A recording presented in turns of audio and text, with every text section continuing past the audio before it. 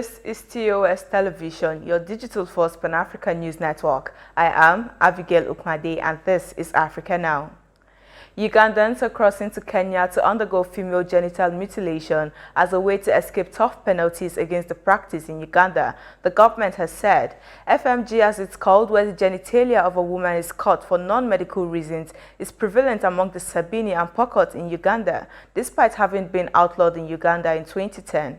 Uganda managed to reduce the prevalence of FGM from 1.4% in 2011 to 0.3% in 2016, but the State Minister for Gender and Culture Affairs said their preliminary findings showed that there was a 56% rise in FGM during COVID-19 pandemic. She attributed this to the closure of schools.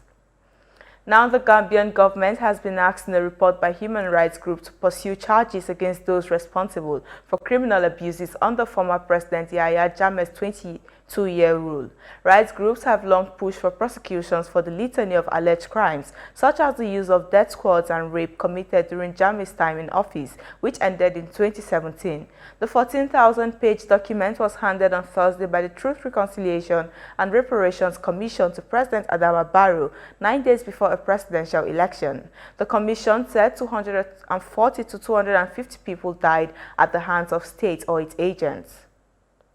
South Africa claims a British ban on flights from South Africa because of the discovery of a new COVID-19 variant seems to have been rushed. Britain on Thursday temporarily banned flights from South Africa, Botswana, Lesotho, Eswatini, Zimbabwe and Namibia, effective midday on Friday, after its detection was announced. On Thursday, the National Institute for Communicable Diseases reported 2,465 new cases, almost double the previous day's number, though the NICD did not link the resurgence to the variants.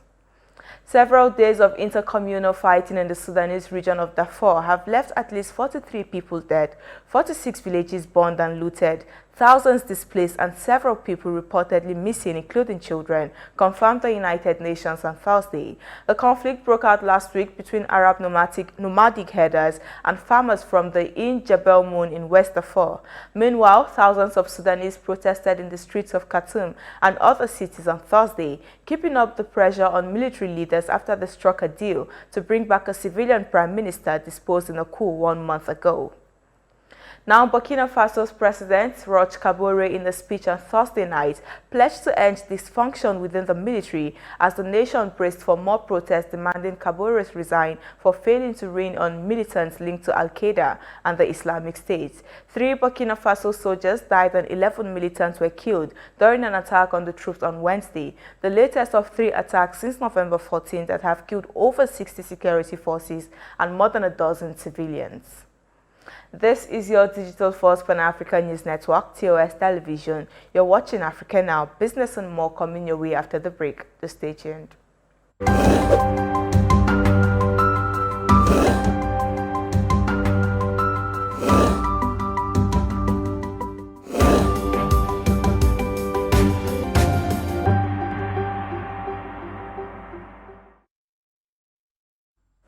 Welcome back in business. Described as the people's budget, Zimbabwe's overall spending from budget will amount to $9 billion, twice as much as last year's, even as the economy is expected to rebound from the impact of the COVID-19 pandemic and grow by over 7% next year, Finance Minister Mthuli Ncube has announced. The growth will be spurred by a strong agricultural season and higher global commodity prices, the minister said, while presenting the annual budget.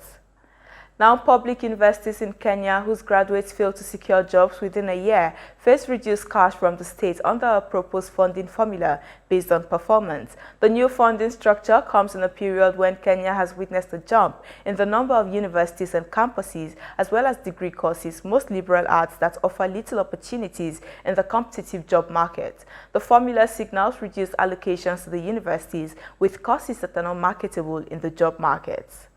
Now, moving away from business, Sierra Leone's Anti-Corruption Commission has indicted 6 officials on corruption allegations, including Samura Kamara, an opposition frontrunner for the 2023 presidential elections. The 6 are charged with various counts of corruption involving $4.2 million meant for the renovation of Sierra Leone's Chancery building in Manhattan. Kamara is charged with 2 counts, including misappropriation of public funds amounting to $2,560,000 meant for the Chancery's building reconstruction.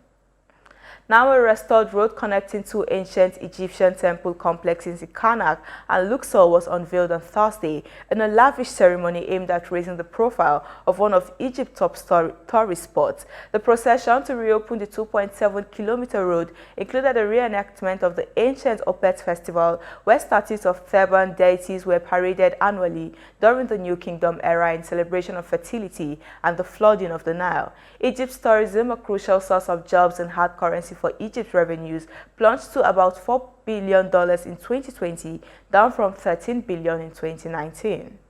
And that is it on Africa Now. For more updates, visit our website at www.TOSTVNetwork.com. Follow us and like our social media handles on Facebook, Instagram, and Twitter. And do remember to subscribe on YouTube.